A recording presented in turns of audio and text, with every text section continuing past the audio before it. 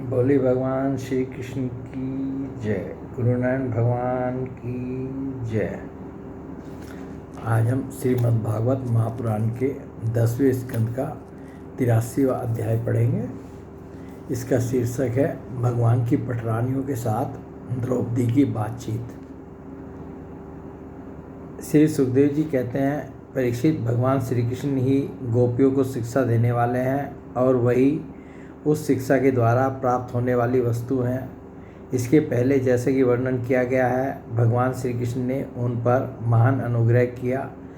अब उन्होंने धर्मराज युधिष्ठिर तथा अन्य समस्त संबंधियों से कुशल मंगल पूछा। पिछले अध्याय में हमने पढ़ा था कि भगवान ने जो है गोपियों के पास गए और वहाँ पर जो है उनसे बातचीत की और उनको आश्वासन भी दिया और जो है उनको ब्रह्म ज्ञान का उपदेश भी दिया। और अब जो है भगवान जो है युधिष्ठिर जी के पास गए और अपने दूसरे संबंधियों के पास गए और उनसे कुशल मंगल पूछा। भगवान श्री कृष्ण के चरण कमलों का दर्शन करने से ही उनके सारे असुर नष्ट हो चुके थे। अब जब भगवान श्री कृष्ण ने उनका सत्कार किया, कुशल मंगल पूछा, तब वे अत्यंत आनंदित होकर उनसे कहने लगे।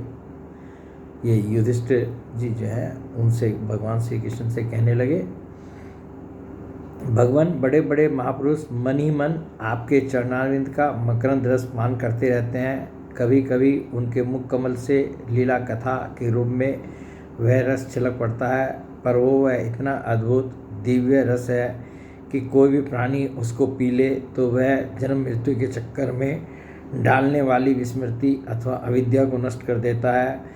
उसी रस को जो लोग अपने कानों के दोनों में भर भर कर जी भर पीते हैं, उनके अमंगल की आशंका ही क्या है।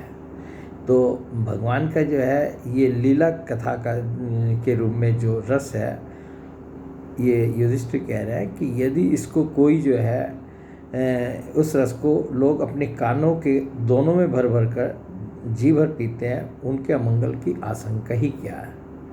भगवान, आप एक रस, ज्ञान स्वरूप और अखंड आनंद के समुद्र है। बुद्धि वृत्तियों के कारण होने वाली जागृत, स्वप्न, सुषुप्ति, ये तीनों अवस्थाएं आपके स्वयं प्रकाश स्वरूप तक पहुंच ही नहीं पाती, दूर से ही नष्ट हो जाती हैं। आप परमहंसों की एकमात्र गति हैं।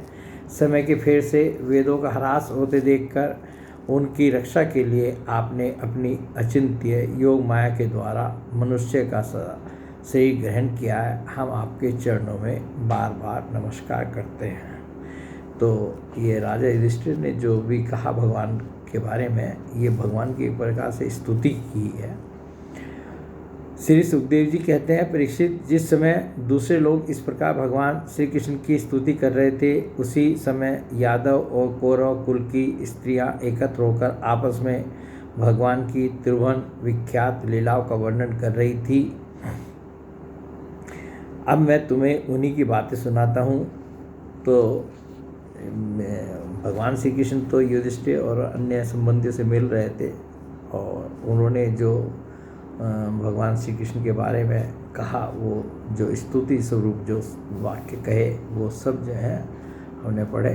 अब इधर क्या हो रहा था, इधर जो है कौरव कुल की स्त्रियां, यादव और कौरव कुल की स्त्रियां, यानी कि एक तरफ भगवान श्री कृष्ण की धर्मपत्नियां और जो है जो दूसरी स्त्रियां थी यादव कुल की, वे इकट्ठी हुई, और उधर जो है कौरव कुल की जो स्त्रियां थी, जिसमें ये द्रौपदी जी और पांडव और कौरवों की जो स्त्रियां थी, वे इकट्ठी हुई और वे भी आपस में बातचीत कर रही हैं।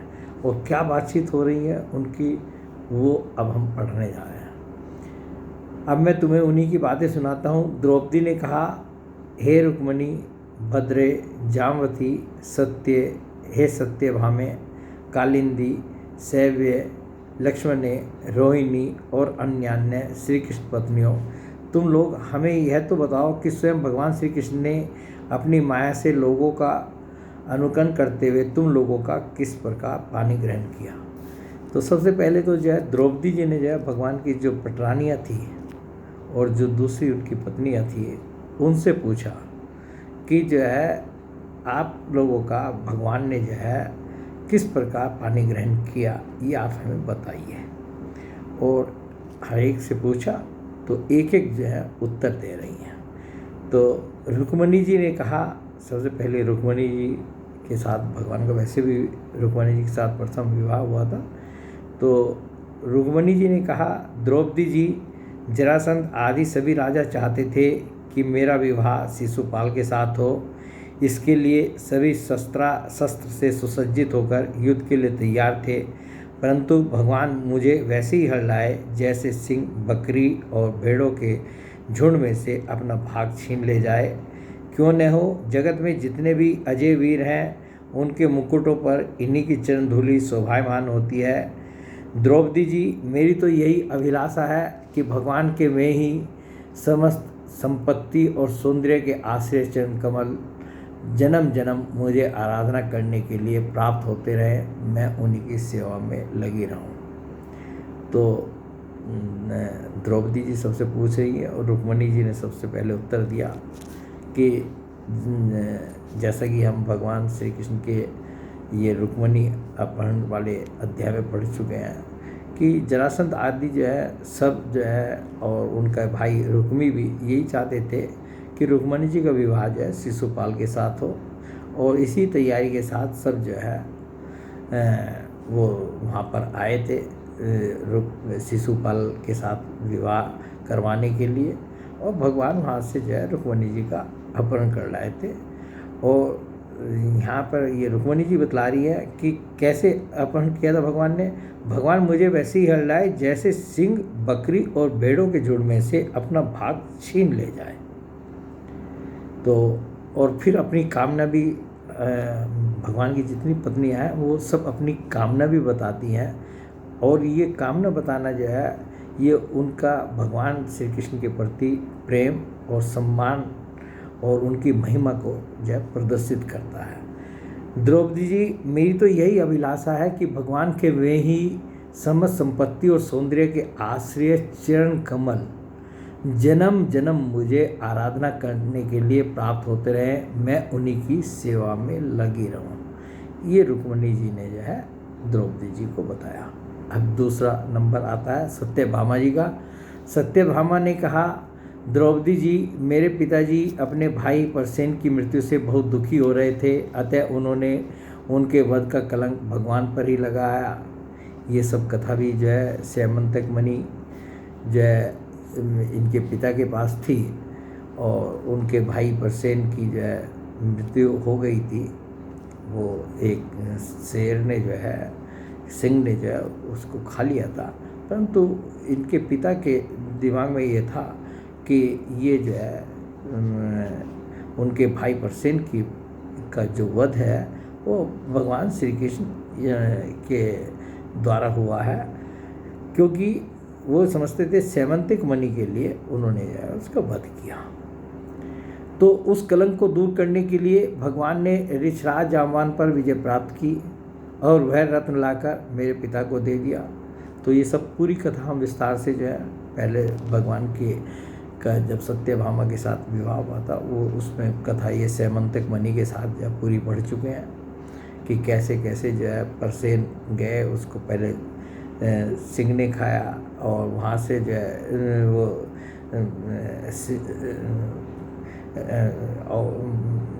वहाँ से जो है वो जामवान के गुफा में जो है वो मणि पहुँची और वहाँ उन्होंने बच्चों को खेलने के लिए दे दी।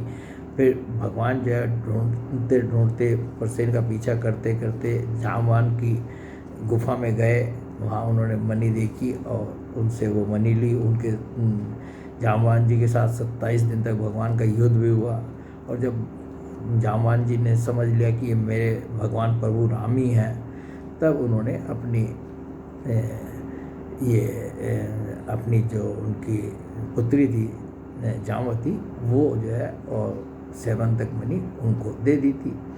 तो वो स्यमंतक मणि जो है भगवान ने ला करके इनके सत्यभामा जी के पिताजी को बुलवा करके सबके सामने दी कि और अपने कलंक को जो है जो उनके ऊपर लगा था उसको मिटाया।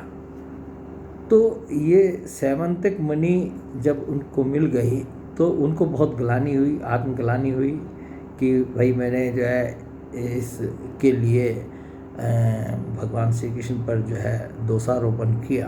तो उन्होंने अपनी पुत्री सत्यभामा को और स्यमंतक मणि को भगवान श्री कृष्ण को अर्पित कर दिया और इस प्रकार जो सत्यभामा जी का विवाह हुआ था।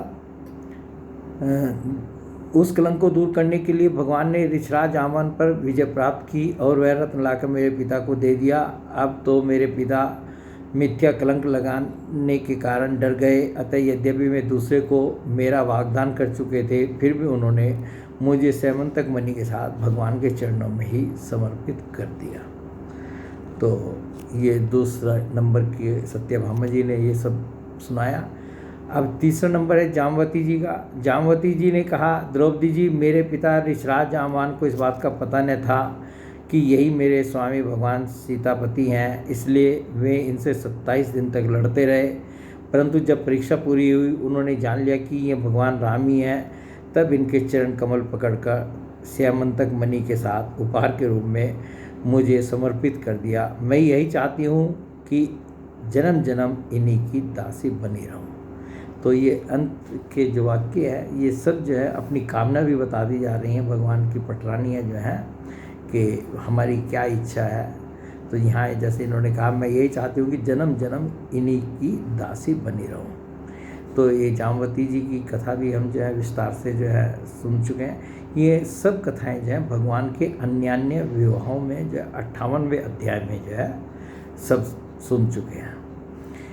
अब इसके बाद कालिंदी जी ने कहा, द्रौपदी जी, जब भगवान को यह मालूम हुआ कि मैं उनके चरणों का स्पर्श करने की आशाभिलाषा से तपस्या कर रही हूँ, तब वे अपने सखा अर्जुन के साथ यमुना तट पर आए और मुझे स्वीकार कर लिया। मैं उनका घर बुहारने वाली उनकी दासी हूँ। और इन्होंने भी अपना बता दिया कि मेरा क्या है, मैं उनका घर बुहारने वाली उनकी दासी हूँ, अपने आप को दासी समझती हूँ। अब मित्रविंदा जी का नंबर आया। मित्रविंदा ने कहा, द्रौपदी जी, मेरा स्वयंवर हो रहा था, वहाँ आकर भगवान ने सब राजाओं को जीत लिया और जैसे सिंह झुंड के झुंड कुत्तों में से अपना भाग ले जाए, वैसे ही मुझे अपनी शोभामयी द्वारकापुरी में ले आए। मेरे भाइयों ने भी मुझे भगवान से छुड़ाकर मेरा अपकार करना चाहा, परंतु उन्होंने उन्हें भी नीचा दिखा दिया। मैं ऐसा चाहती हूँ, ये देखिए अपनी अंत में जो कामना भी बतला रही हैं, मैं ऐसा चाहती हूँ कि मुझे जन्म जन्म उनके पांव पखारने का सौभाग्य प्राप्त होता रहे। अब सत्या ने कहा, द्रौपदी जी, मेरे पिताजी ने मेरे स्वयंवर में आए हुए राजाओं के बल पुरुष की परीक्षा के लिए बड़े बलवान और पराक्रमी तीखे सींग वाले 7 बैल रख छोड़े थे। उन बैलों ने बड़े बड़े वीरों का घमंड चूर चूर कर दिया था।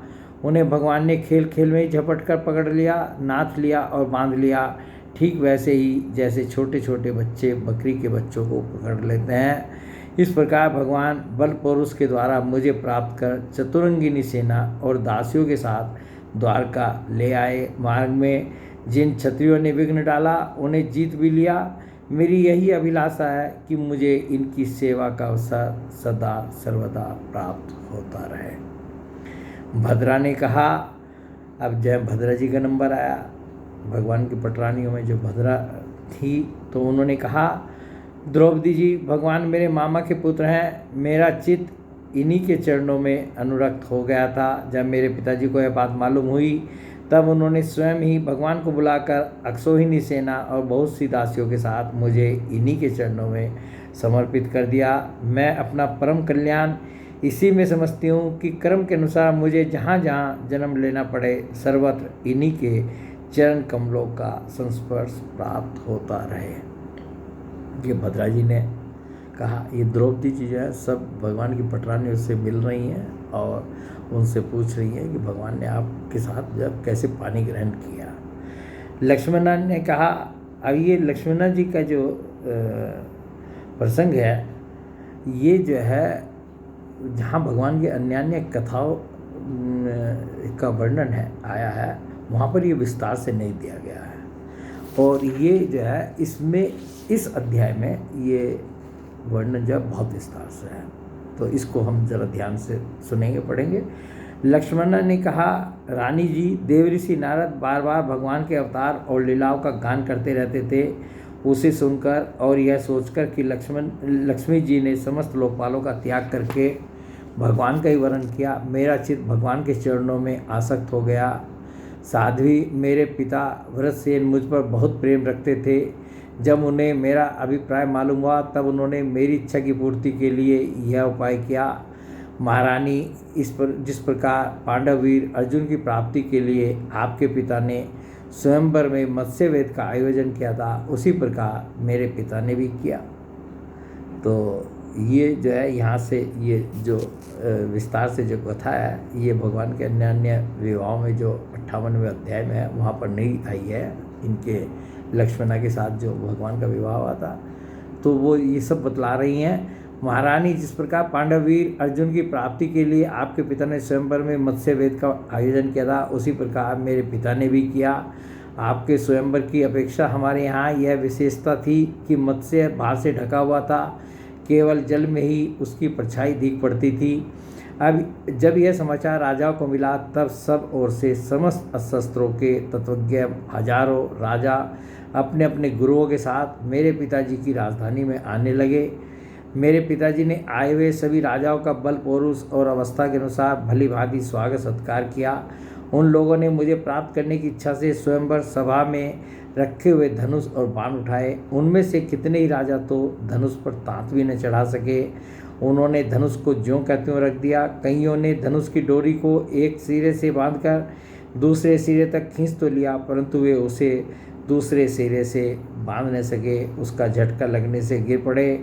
रानी जी, बड़े बड़े प्रसिद्ध वीर जैसे जरासंध, अम्बस्ट, नरेश, शिशुपाल, भीमसेन, दुर्योधन और कर्ण, इन लोगों ने धनुष पर डोरी तो चढ़ा ली, परंतु उन्हें मछली की स्थिति का पता नहीं चला।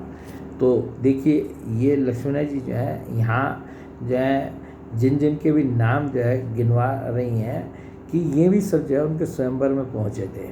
कौन कौन पहुँचे थे? जैसे जरासंध, अम्बस्ट, नरेश, शिशुपाल, भीमसेन, दुर्योधन और कर्ण, इन लोगों ने धनुष पर डोरी तो चढ़ा ली, परंतु उन्हें मछली की स्थिति का पता नहीं चला। और कौन कौन पहुँचे थे? पांडव वीर अर्जुन ने जल में उस मछली की परछाई देख ली और यह भी जान लिया कि वह कहाँ है।